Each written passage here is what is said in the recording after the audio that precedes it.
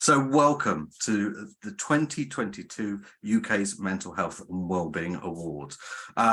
It's fantastic, honestly fantastic to be here and to see so many of you. Honestly, some inspirational stories coming up, and I really hope that all of you understand just what it's taken for you to have got through to this point, because I can assure you we had a very tough decision as a judging panel. We had to do lots of discussions, and actually, there are some people that unfortunately aren't here tonight, but it's fantastic that you've made it through. So if you're in the room, fantastic, and well done to all of you. Right, so without further ado, I'm going to swap over to the PowerPoint. He says trying to do this.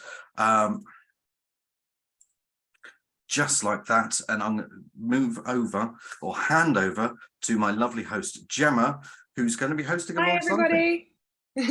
Thank you so much, Rich, and thanks everyone for having me here. It's been amazing. I also had the honour to be on the judging panel this year, and it was so difficult, as Richard said. But yeah, congratulations all for being here, and it's so lovely that you're here tonight. So tonight we are celebrating all of the amazing work that continues to go above and beyond every single year. So after founding the awards in 2020, Richard, myself and the team have loved hearing all the amazing stories. And tonight's itinerary consists of a few categories that recognise the efforts and aspects of mental health and wellbeing.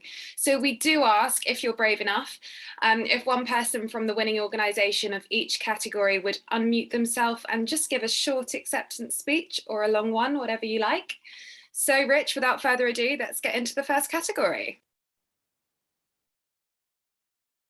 So the first category is that of inspirational story, and here we kind of split it into two stories, or two halves. Those who are under 18 and have been influenced or been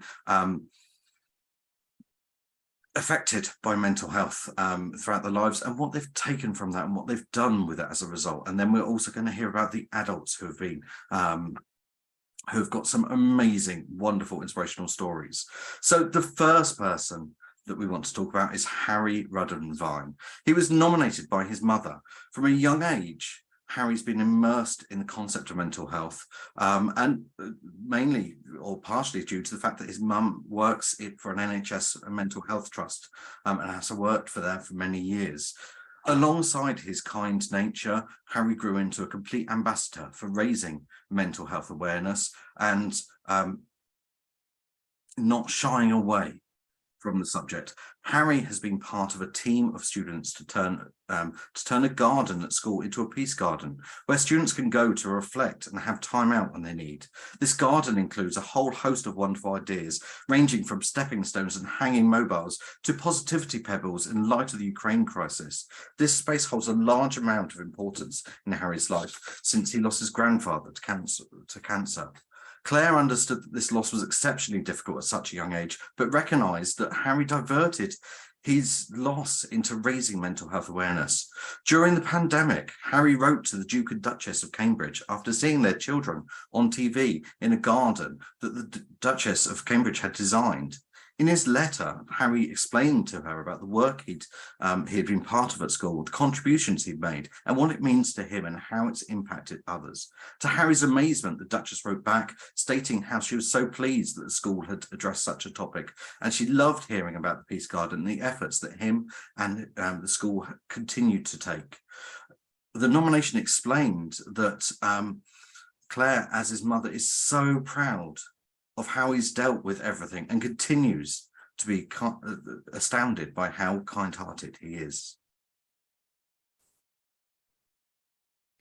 Amazing. And next we have Alice Hendy. So on the 25th of November 2020, Alice and her family's lives were turned upside down when Alice's brother Josh took his own life. It was Christmas Day 2020 when Alice decided that she had to do something to prevent this happening to other families. And with that in mind, she set up a charity called Ripple Suicide Prevention. Ripple is a browser extension which, when triggered, will help to intercept an individual searching for harmful material and redirect them to a mental health resource that can give them the help that they need. Alice used her hardship and struggle to motivate her, and since the launch of Ripple, the tool has been downloaded over 140,000 times and has been actively triggered by an individual searching for harmful material over 500 times. The aim is to simply carry on saving many more lives.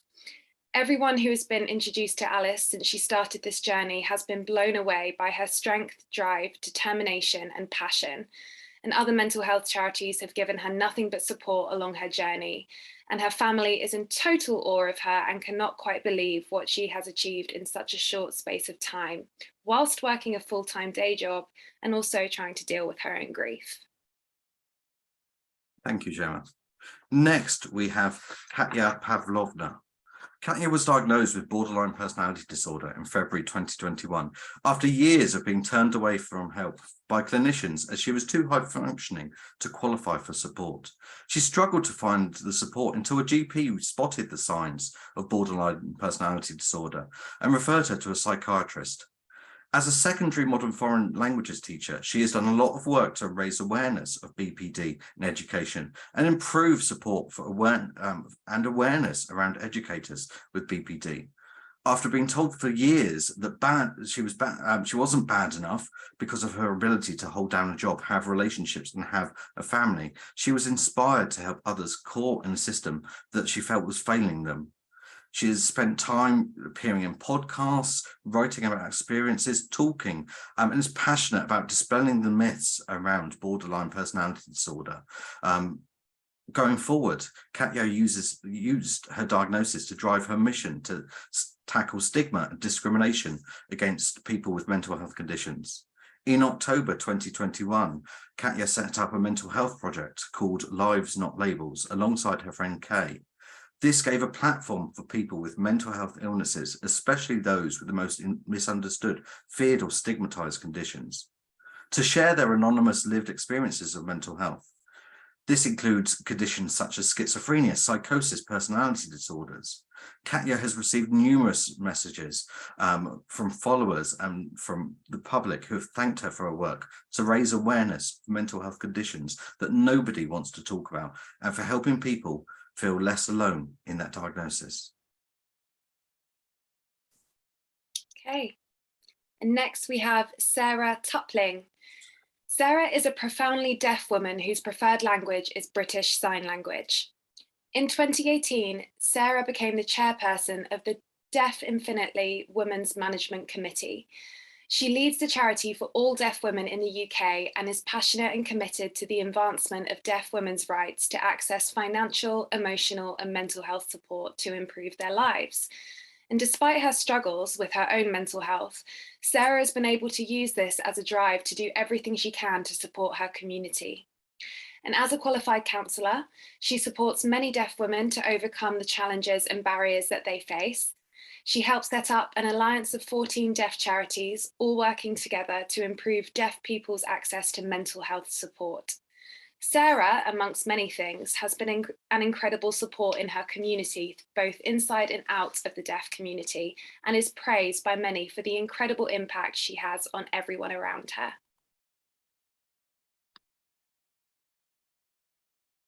Thank you. And moving on to Stuart Pratt.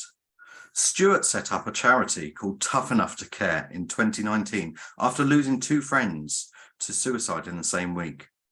He turned his pain into a passion to help others and dedicates his life to removing stigma that surrounds mental ill health in male-dominated environments, such as the military, emergency services, or sports club.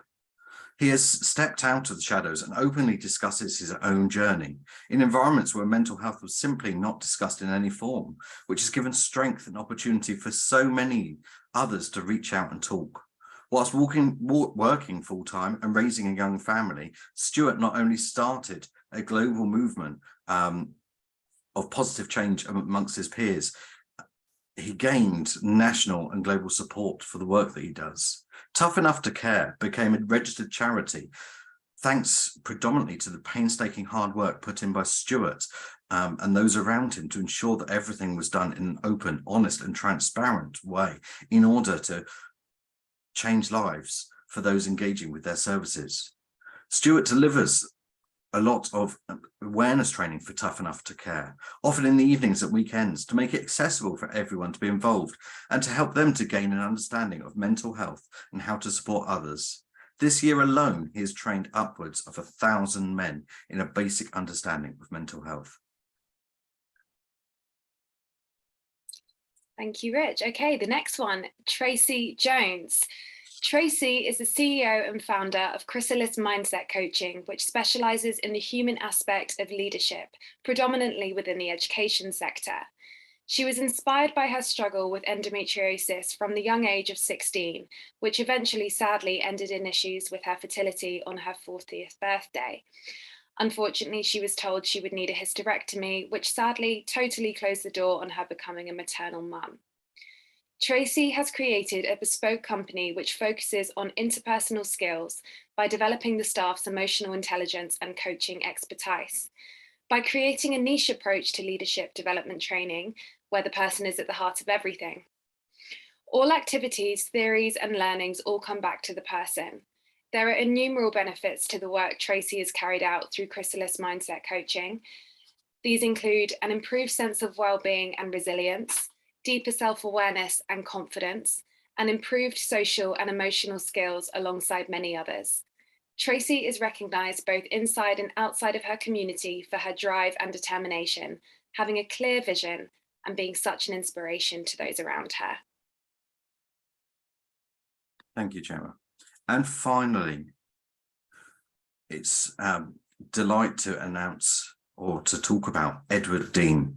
Edward served for 22 years in the armed forces and another 9 years delivering training in Afghanistan, and unfortunately experienced mental health difficulties during that time. Eddie struggled with years to find professional support to help his complex PTSD and chronic depression. In 2013, Eddie started and self-funded the Let's Talk project, which focused on recovery and delivered educational self-help groups across the Northeast, supporting over 700 people. In 2015, Eddie started the charity Anxious Minds, which now 7 years on is a multi-award-winning mental health charity. The charity has grown from strength to strength under Eddie's guidance. It has secured over £750,000 of funding and donations and has supported thousands of people all over the Northeast and beyond.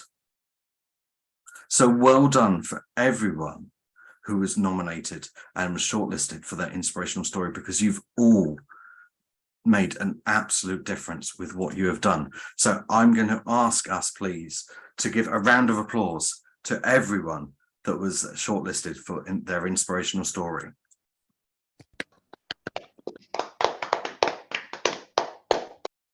Excellent, excellent. And can we have a wave for those people that were nominated? Can we give us a wave, please? Excellent, fantastic. Well done. That was brilliant. Absolutely wonderful.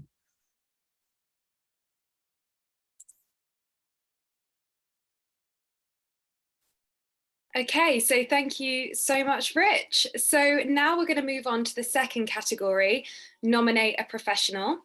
So nominate a professional is a category open to public nomination for mental health professionals who have made a significant difference in their work. The first professionals who were nominated, and it was a joint nomination, were Natalie from the Great Western NHS Foundation Trust. Natalie and Natalie work in an emergency department and is part of a team of about 400 members of staff.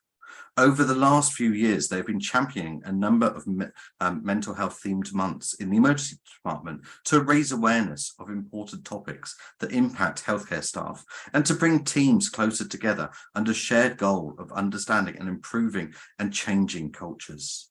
These themed months focus on the health and well-being of staff and how this can positively impact the level of care provided to their patients. They have supported other teams across the organisation to run their own bespoke themed months, supporting them with resources and toolkits so that other teams beyond their department can roll out health and wellbeing initiatives.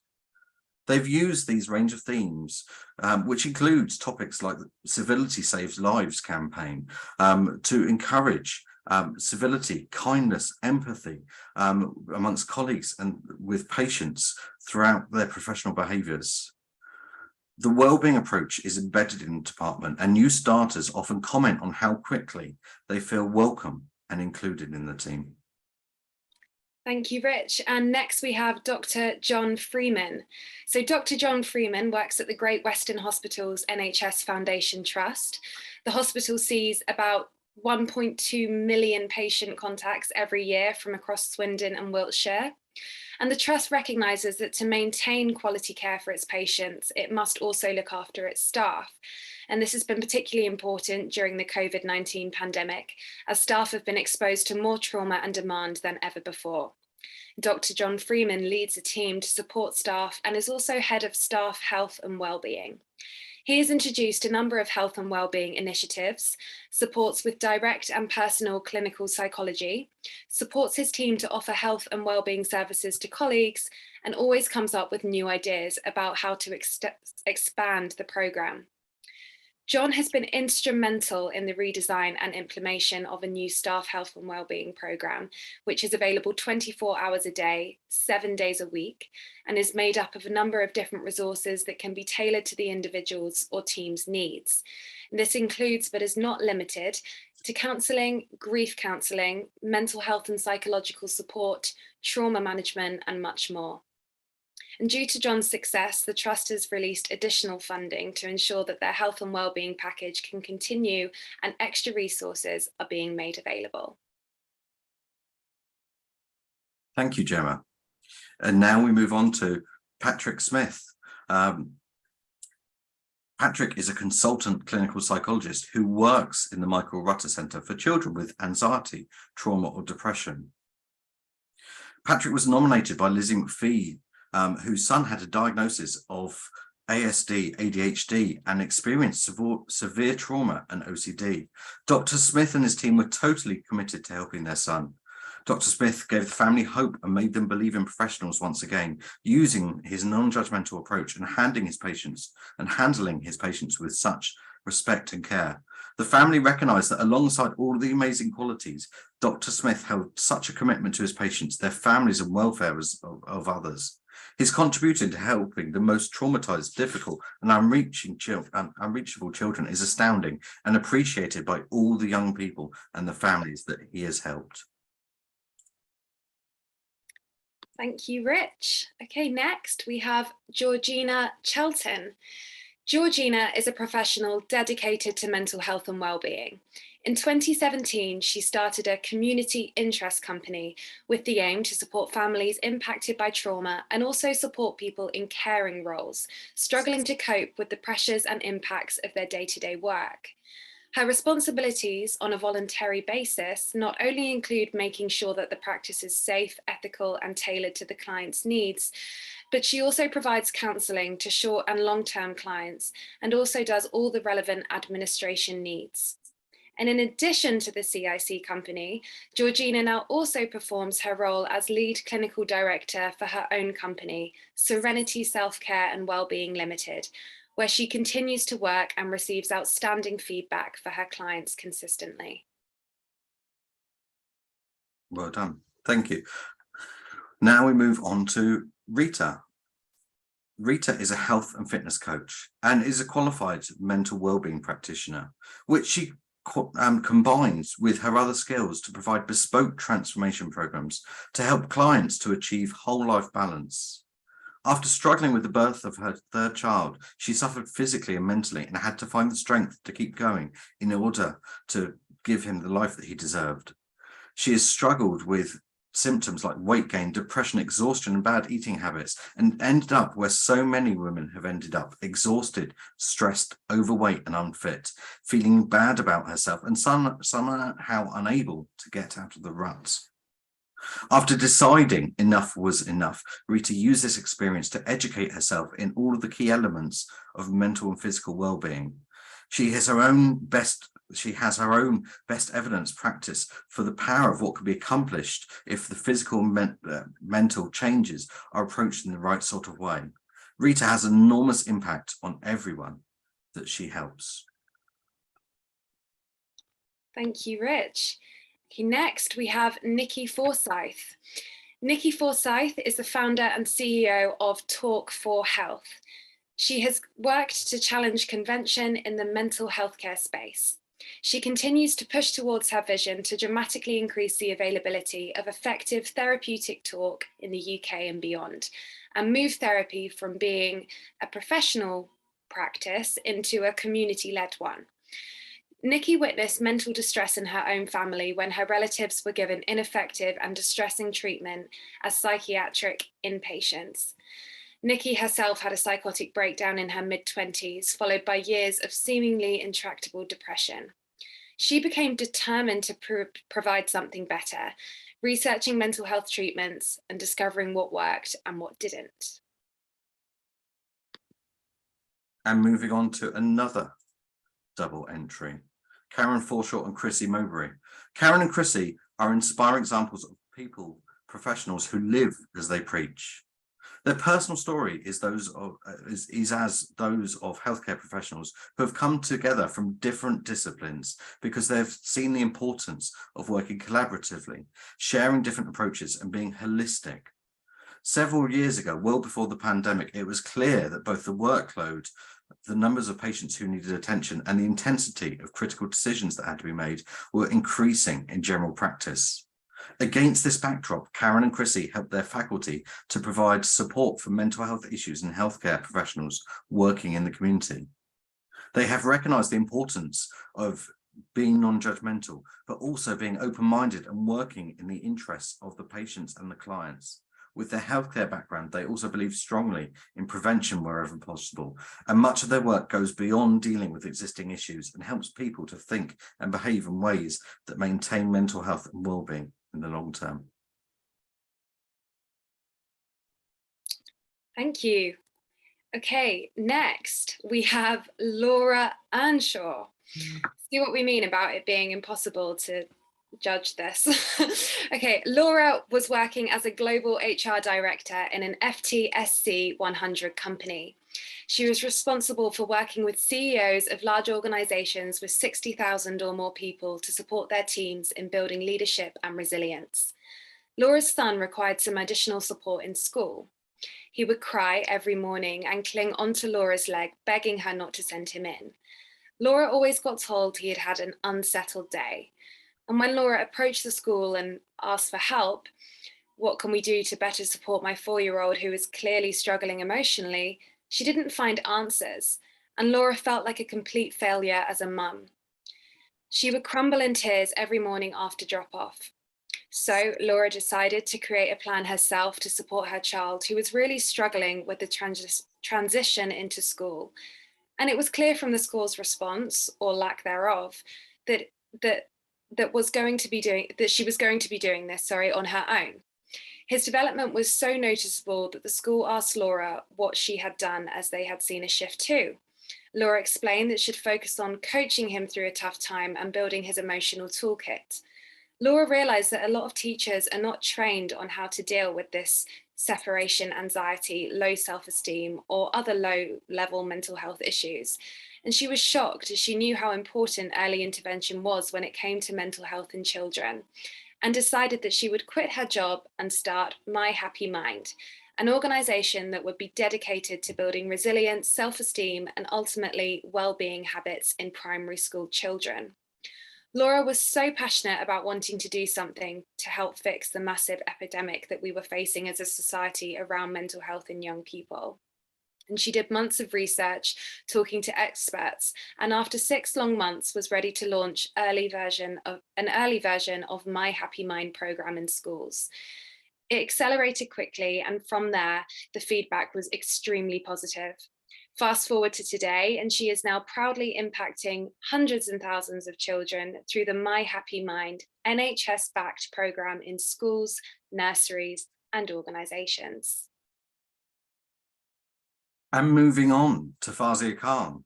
Fazia identified that staff were experiencing a number of challenges and pressures that were brought on by the outbreak of coronavirus. Fazia developed a wellbeing workshop initiative entitled Staying Well During COVID-19, offering workshops to all staff groups, irrespective of their job role. This included housekeeping staff, wards clerks, allied health professionals, nursing and healthcare staff, as well as ward managers. She recognised that helping staff to care, helping staff who work in caring and helping professions often prioritise their own needs before their own. And so this was important. And so she decided to draw on the interventions from compassion-focused therapy because she believed that it would encourage staff to take a more compassionate approach to dealing with their own well-being needs. She also drew on interventions from dialectical behaviour therapy, as well as mindfulness, in order to support the development of adaptive coping strategies in staff across the organisation. Thank you, Rich. Okay, next we have Andrew Jenkins. Andrew, despite being bright as a child, left school with little in terms of qualifications. Years later, he discovered he was highly dyslexic. Andrew had a tough upbringing, being plagued with many self-doubts about himself as a person, which eventually followed him into adulthood. Instead of using his dyslexic tendencies as an excuse, he used them as a form of drive to overcome the issues by practice and determination. He eventually got his degree, but his own mental health remained highly affected by his own inner thoughts, telling him he is essentially not good enough. As he matured, he used these difficulties and became fascinated with becoming a vanguard of self-development and believer in a growth mindset and well-being. Andrew's always been an ambitious person, as well as being good with people, understanding what makes others around him tick. Therefore, his career took off in terms of being good at managing and leading others and achieving big goals in his personal and professional endeavours. One interest that has always stayed with him is a passion to help people make personal changes and in developing others, helping people overcome themselves and their internal limiting beliefs. He had a particular interest in helping people to feel better about themselves and improve from the inside out. Today, he runs a corporate development company called PDX and a private practice helping people to overcome worry, anxiety, limiting beliefs, and ultimately just feel good about themselves. In addition to his private practice, he is also very active in his public presentations and lectures about personal development and well-being topics. In his private practice, he has helped CEOs, FDs, young and middle-aged, senior and cancer sufferers, including those with terminal diagnosis, from all walks of life to overcome issues, fears and anxiety. And he also proactively helps treat people on a pro bono basis. Thank you. And now we move on to the final one in this category, George Anderson. George is a wellbeing and performance coach. In 2001, he qualified as a personal trainer and worked part-time whilst completing his engineering masters, and on graduation decided to turn his passion into a full-time business. Starting out just serving his local community as a trainer and group exercise coach, George expanded gradually his reach and influence through partnerships with major sporting events, a series of workshop tours, and a range of online programs that attract a global audience. 20 years later, and George is still striving to make a difference to the lives of as many people as possible, encouraging, educating, and empowering them to make the necessary changes that will enable them to thrive. One of the initiatives that's had a great impact was the creation of a Pacific Facebook group called On the Wagon. The group grew to over 5,000 members within the first few months, and many regarded it as a safe place to share their struggles and to celebrate their victories, and most importantly, provide a supportive, safe space for their mental health. Lifelong friendships have been forged as a result of that group, many of which have been born out of shared stories of struggle and support. George organised a series of retreats for members to places like the Pyrenees, allowing individuals to step outside their comfort zone and take part in activities that they never dreamed they'd be able to.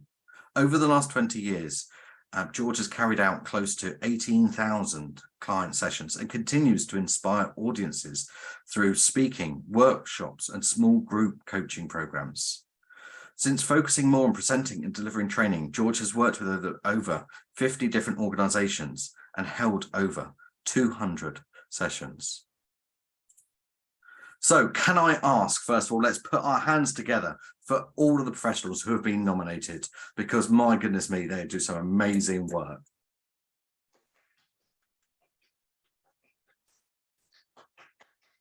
Excellent. Thank you. Thank you. And can we have a wave from the professionals?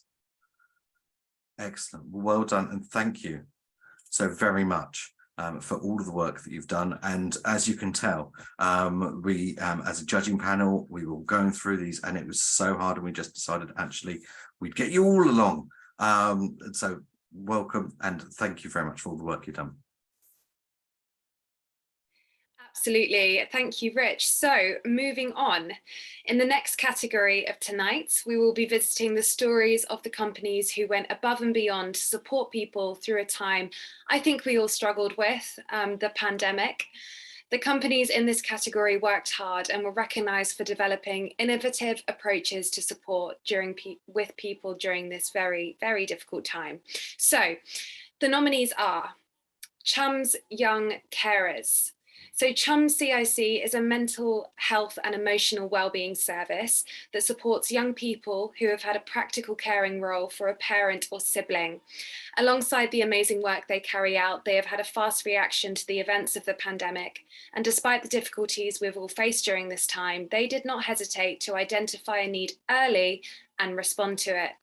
Chums used various methods to ensure that young people felt less isolated during this period, and this had a big impact on those in need. Next, we have the Ollie Foundation.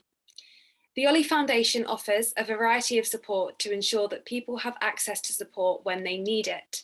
The foundation worked hard over the pandemic to adapt and meet the needs of their clients, ensuring there was a variety of online content available to those in need.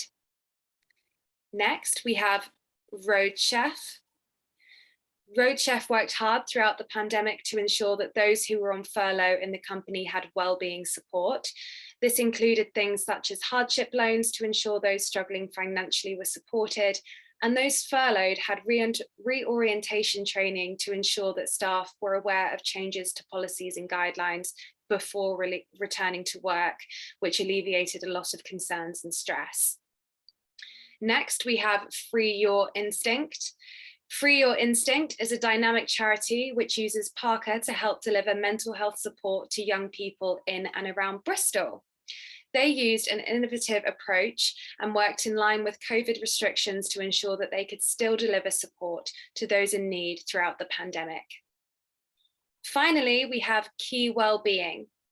Key Wellbeing is a workforce consultancy that uses a range of provisions and wellbeing programs to help employers encourage their employees to get the best outcomes. Throughout the pandemic, they introduced a range of online support to ensure that every employee had access to free support whenever they needed it. So, Rich, can you please announce the winner?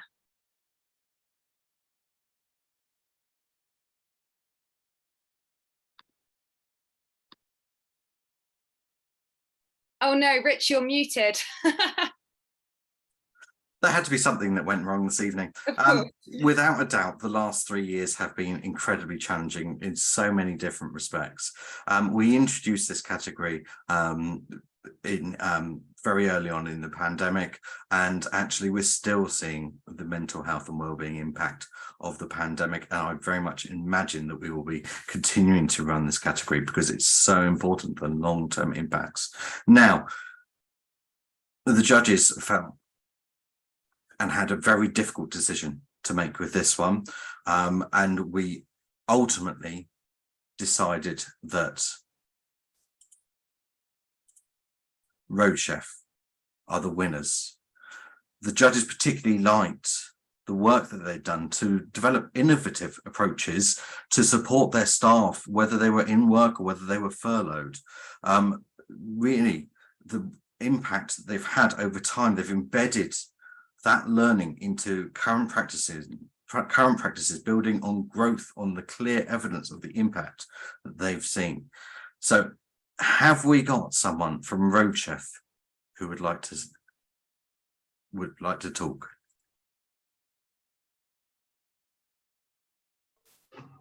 Do start video. If you can start video, it would be fantastic. Hello, we are here. Excellent. Welcome, Jane. We're staying in one of our hotels and the fire alarm's just gone off. So we're not on camera because we're all evacuating as we speak. somewhere quiet with Wi-Fi. So thank you. Well, no, that's all right. And you better evacuate. It's just really bad timing. So, My goodness me. Well, thank you very much. And well done once again. thank you. Excellent. Well, thank you. My goodness me. Well, I definitely haven't had that happen in any of our awards evenings in the past. So congratulations, Road Chef. Absolutely. Congratulations, Road Chef. I hope they get out the building quick. So the next category we're going to celebrate tonight, the long-term impact category. And this category recognises the work organisations have done and the impact that they've had over a long period of time. So let's get into the nominees. So firstly, we have Ericsson. Ericsson is a telecommunications company that has launched a range of wellbeing and mental health aids and resources that are available to employees, whether they're going through a rough time and struggling with their mental health or just need someone to talk to. Next, we have Talk for Health. Talk for Health is an organisation which offers training to those struggling with mental health. They offer a therapeutic and skill building experience to help people use healthy coping mechanisms to manage their mental health. Next, we have New Horizon Youth Centre. New Horizon Youth Centre works with young people involved in the criminal justice system, sleeping rough or in custody. They use a variety of support methods on a day-to-day basis to offer long-term relationships and support to each individual. Next, we have Chums CIC again. Chums CIC is a mental health and emotional wellbeing service that supports young people who have a practical caring role for a parent or a sibling. The multidisciplinary clinical team at Chums deliver an outstanding variety of care to those in need. So, over to Rich. Could you announce our winner? Yes, absolutely. Well, and this is always a very difficult category because we are looking not just at the immediate impact of what an organisation does, but we're also looking as a judging panel at what is the evidence, how are they evidencing the long-term impact of the project or whatever they've been doing. And so it gives me great delight to announce that the winner is Talk for Health. So Talk for Health, congratulations on all of your work. The judges were very impressed with the submission and the evidence that was provided that showed not only the data, but also the lots of feedback from clients. So do we have Talk for Health here? Yes, we do. I'm here. Well, congratulations. Thank you. Certainly wasn't expecting that, and thank you very much indeed. Our absolute pleasure, and well done. Well done. Absolutely fantastic. Right. So once again, congratulations to Nikki and to your team for all of your work. Yeah, can I also say thank you, because it's really to our volunteers, of whom there are nearly 100 now, that we owe the long-term impact. So a big shout out to our volunteers, who I think one or two of them are here this evening. Yeah. Excellent and fantastic to know that we're joined by some. So thank you. Brilliant. Yeah, thank you so much, Nikki, and congratulations, Talk for Health.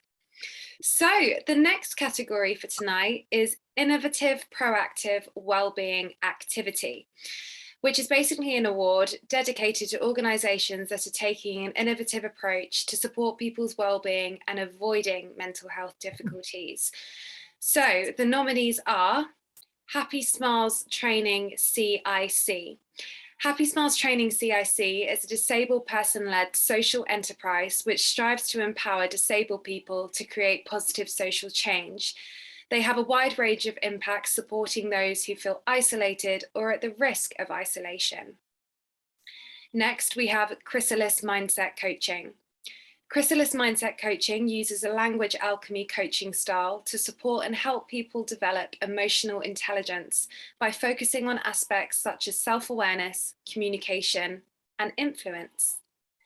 Next, we have Fir Vale School.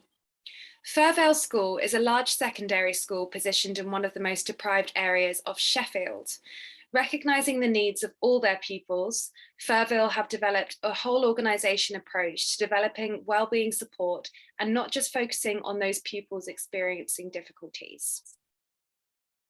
Next, we have New Horizon Youth Centre.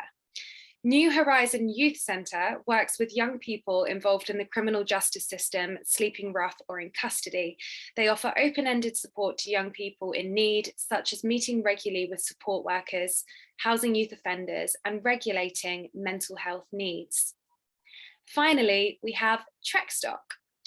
Trekstock is an organisation which strives to provide support, guidance, and connection to young people under the age of 25.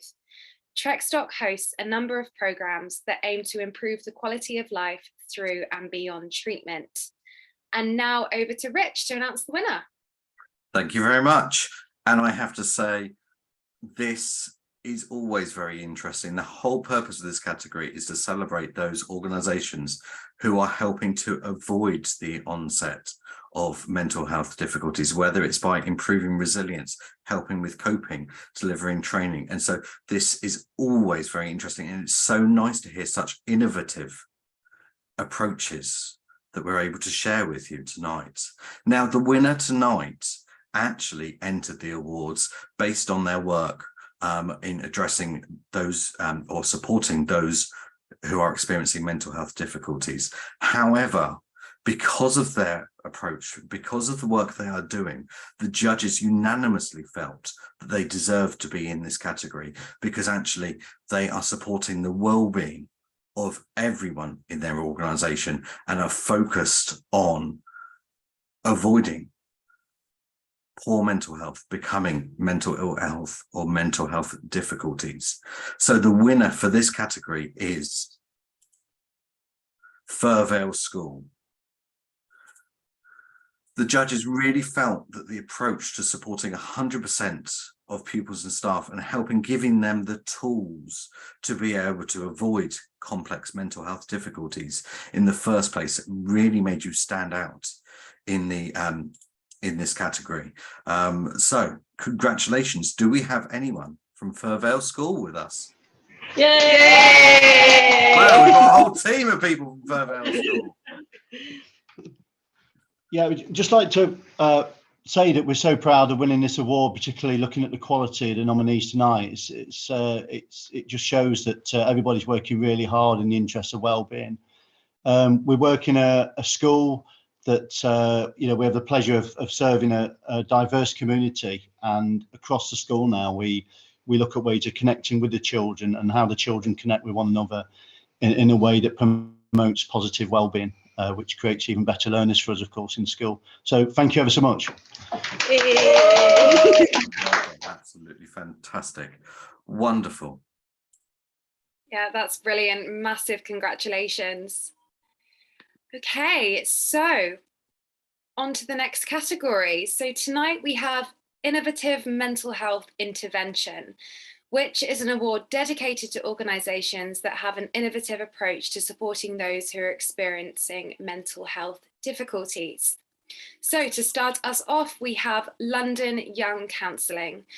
London Young Counselling is the leading counselling service for schools in and around London. They offer one-to-one counselling for 3 to 18-year-olds within schools in the area, and London Young Counselling has had an impact on countless young people in their areas. Next, we have Centre 33, and Centre 33 is a charity which supports young people who struggle with mental health. They offer a variety of support methods ranging from traditional counselling to a more holistic approach. Next, we have Active Minds CIC. Active Minds CIC is a volunteer-based social enterprise which helps to support young people in local communities with both mental and physical health. Next, we have QB Tech and AHSN Network. QB Tech and the Academic Health Science Networks have worked together to use technology to reduce waiting lists, screen for needs, and provide support for people experiencing difficulties earlier. Next, we have Sarah Rees. Sarah Rees is a cognitive behavioural therapist who works within a private practice whilst also creating a podcast to try and make CBT therapy more widely available and increase available information. She creates evidence-based resources designed to help people help themselves. Next, we have Key Wellbeing. Key Wellbeing is a wellbeing consultancy which focuses on helping employers and HR leads to encourage the best outcomes for their workforce. Their range of mental health and wellbeing approaches help to not only provide wellbeing support, but also promote inclusivity within the workplace. Next, we have Merseycare NHS Foundation Trust. Merseycare NHS Foundation Trust is part of a group of organisations which recognise social factors such as housing, education, employment and social connection, and how they have a significant impact on health and wellbeing. They have used this to develop the concept of social front doors in the community and break down some of the barriers to accessing support. Finally, we have Ori. Ori is an organisation that specialises in eating disorder treatment for people over the age of 16.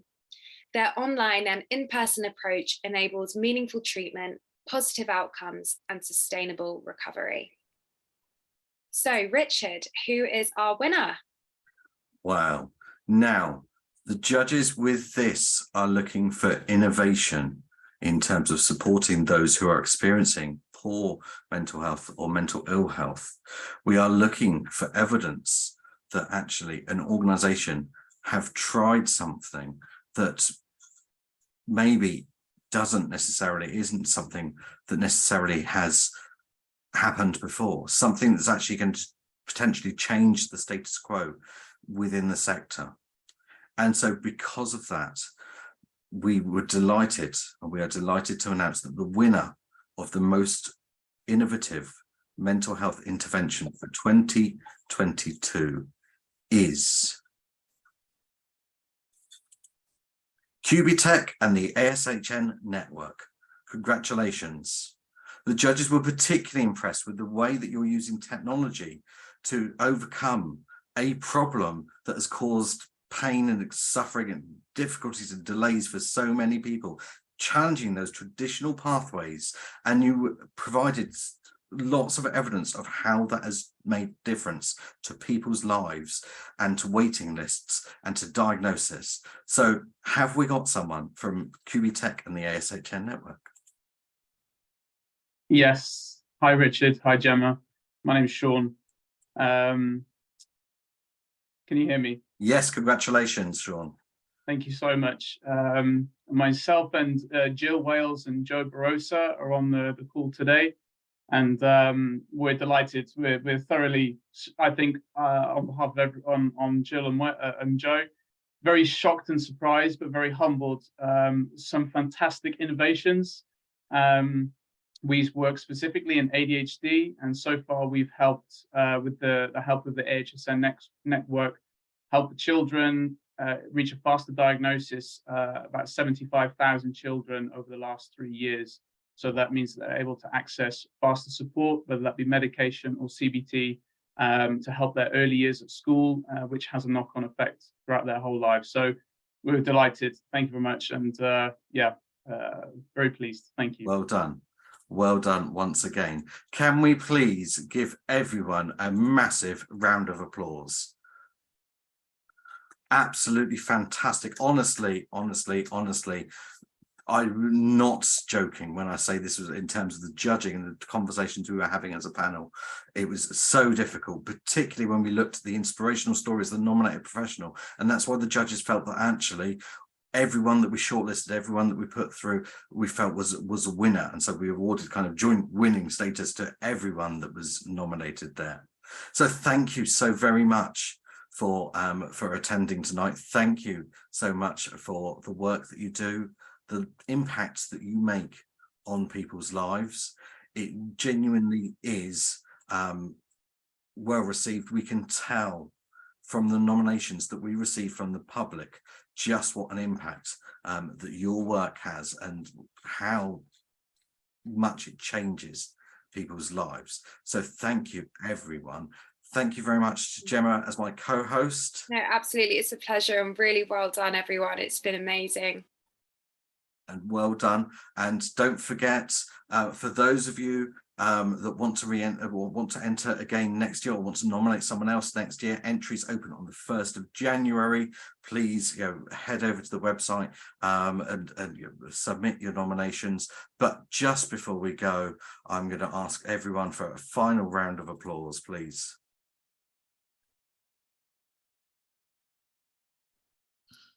Absolutely fantastic. Absolutely fantastic, and well done to all of you. Honestly, if you got shortlisted and you're in this room, then you absolutely deserve it. So that's it for 2022. So until 2023, and we're seriously hoping that in 2023 we might actually be able to run some in-person awards again. Yes, I'm going to make it happen. Yes, absolutely. So until 2023, I'm going to wish you all a very good night.